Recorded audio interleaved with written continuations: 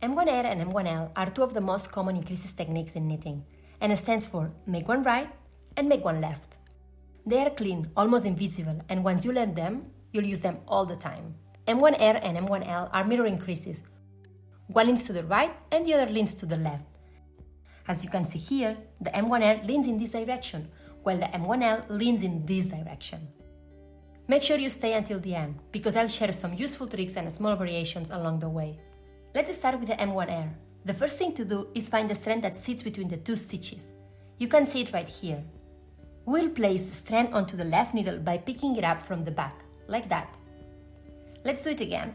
Spot the strand between the two stitches, this one, and with the left needle, picking it up from the back, like that. Now it's placed on your left needle. What we have to do now is knit it as if it were a regular stitch. It might feel a little bit tight or difficult at the beginning. That's normal. Just be patient and knit it through. And just like that, you have an increase. Now let me show you a small variation on how to place a strand onto the needle.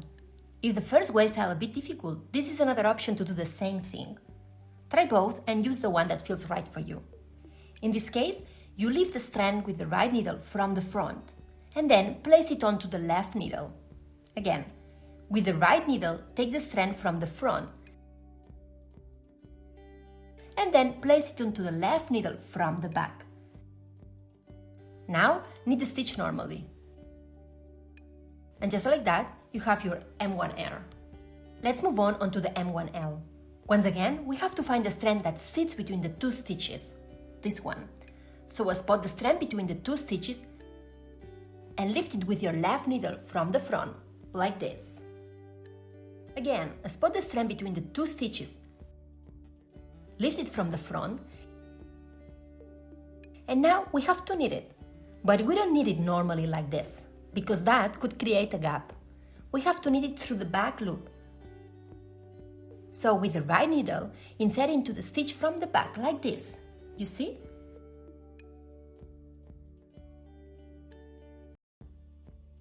Again, you have the strand lifted, and you insert the right needle through the back loop. It might feel a bit tight, but that's normal. So now knit it, and just like that, you have your M1L. Now let me show you two small variations. One on how to place a strand onto the needle, and the other one another way to knit through the back loop. Before, we lifted the strand with the left needle. But if that feels difficult, you can try with the right needle instead. Spot the strand between the stitches, pick it up from the front with the right needle, then place it onto the left needle from the front, and knit it through the back loop, like this.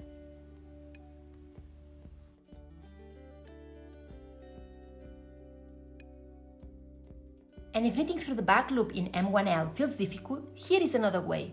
And personally, this is the one I always use. Place the strand onto your left needle.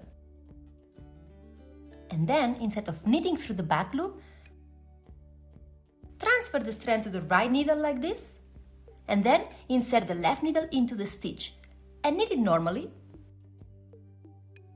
It is the same as knitting through the back loop, but to me, much easier. And that's it.